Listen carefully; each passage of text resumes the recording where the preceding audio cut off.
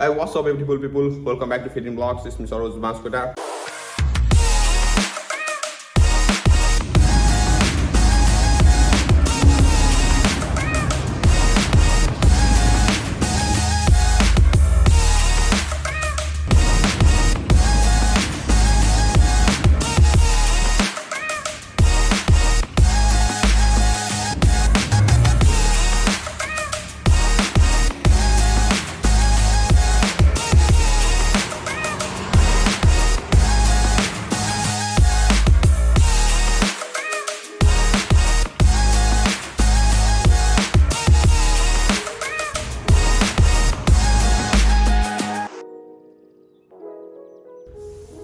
Hey, what's up, beautiful people? Welcome back to Fitting Vlogs. This is Mr. Rose Maskota.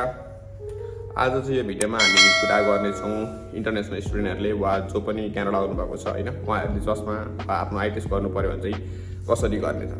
यसको लागि चाहिँ सबैभन्दा सजिलो उपाय भनेको चाहिँ बिना खर्च गर्ने भने चाहिँ तपाईँले को कलेजले गर्दाखेरि इन्सुरेन्स या तपाईँ कुनै ठाउँमा काम गर्नुहुन्छ भने चाहिँ त्यसको इन्सुरेन्सले काम गर्छ है त। त्यसको लागि सबैभन्दा सुरुमा हामीले अपोइन्टमेन्ट बुक गर्नुपर्छ। जस्तै मैले आज गरेको छु सेन्ट्रल अप्टोमेटरी भन्नेमा, म त्यहाँको जान्छु अनि के हुन्छ भिडियो हेर्दै जानु होला, म पनि गरेर टक्क हुन्छ के गर्नुपर्छ होइन, म भन्दै जान्छु। एन्ड सी यु एट अप्टोमेटरी है त। गाइस टक्क अपोइन्टमेन्टको मुनि आइपुग्यो होइन, मुनि कति गाह्रो साइकल केही पनि छैन साथी गर्नुपर्छ है, जति कुदाउँदा फन देख्यो भने गाह्रो छ।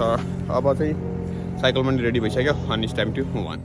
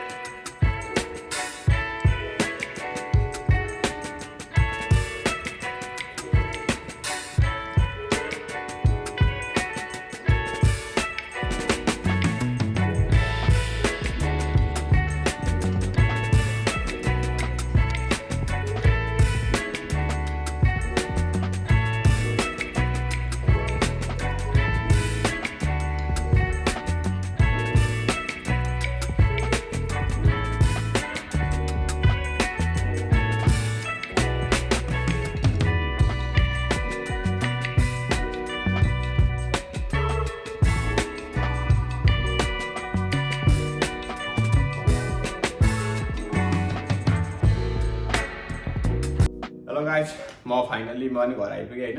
अब मजाले बसेर कुरा गरौँ। अघि चाहिँ बाटोमा बोलिरहेको थिएँ, काहीँ माइक्रोफोनको अन गर्नु बिर्सिरहेको छु, काहीँ के भइरहेको थियो होइन। अनि मैले अघि मजाले कुरा पनि गर्न सकिरहेको थिइनँ, किन भन्दाखेरि मेरो आँखा एकदमै पोलिरहेको थियो। उसले मेरो आँखामा एउटा लिक्विड आइरहेको थियो कि, त्यसले गर्दा मेरो एकदमै 15-20 मिनट यति पोलिरहेको थियो। अनि म सर घर आएँ, हल्का रेस्ट गरेपछि अहिले चाहिँ अल गुड होइन त।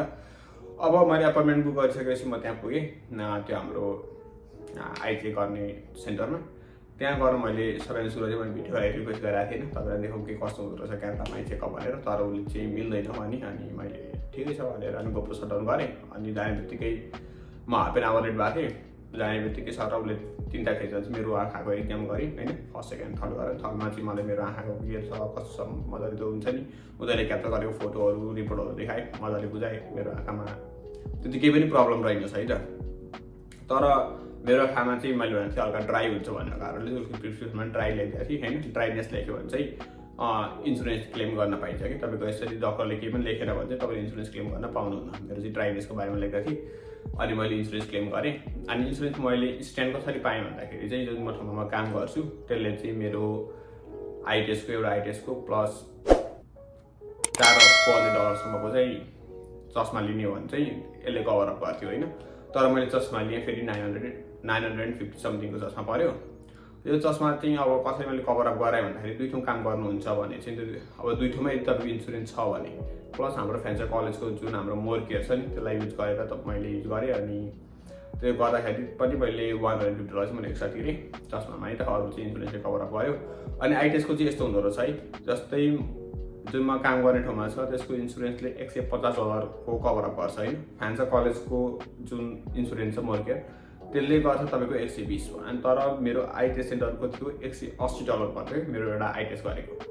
अब हेर्ने हो भने त मेरो दुईटै इन्सुरेन्समा पैसा त पुगिराखेन, तर दुईटैलाई मिलाएर चाहिँ त्यो गर्न सकिन्छ। तर फ्यान्सर कलेजको चाहिँ तपाईँ जाने हो, आइटिएस गर्ने हो होइन, अनि त्यसबाट रिपोर्ट चाहिँ तपाईँले मोर केयर भन्ने एप डाउनलोड गर्ने हो अनि के सब्मिट गर्नु छ भनेर त्यहाँ हुन्छ नि अनि त्यहाँ सब्मिट गर्ने सेक्सनमा गएर सब्मिट गर्ने हो होइन अनि मात्रै उसले पछाडि पैसा दिन्छ तपाईँलाई अहिले होस् चस्मा पनि लिनुभयो भने चाहिँ उसले इन्स्टलमेन्टमा तपाईँलाई पे गर्दै जान्छ है त यो कुरा पहिले हाल्यो यदि केही अझै पनि केही कन्फ्युजन रह्यो भने कमेन्ट डाउन गर्नु होला अर्कोचोटि जुन चस्मा जानु त्यहीँ जाँदाखेरि म त्यसलाई पनि कभर अप गर्छु होइन अब यति भन्दै आजलाई पनि is always as always is time to say goodbye see you guys in the next vlog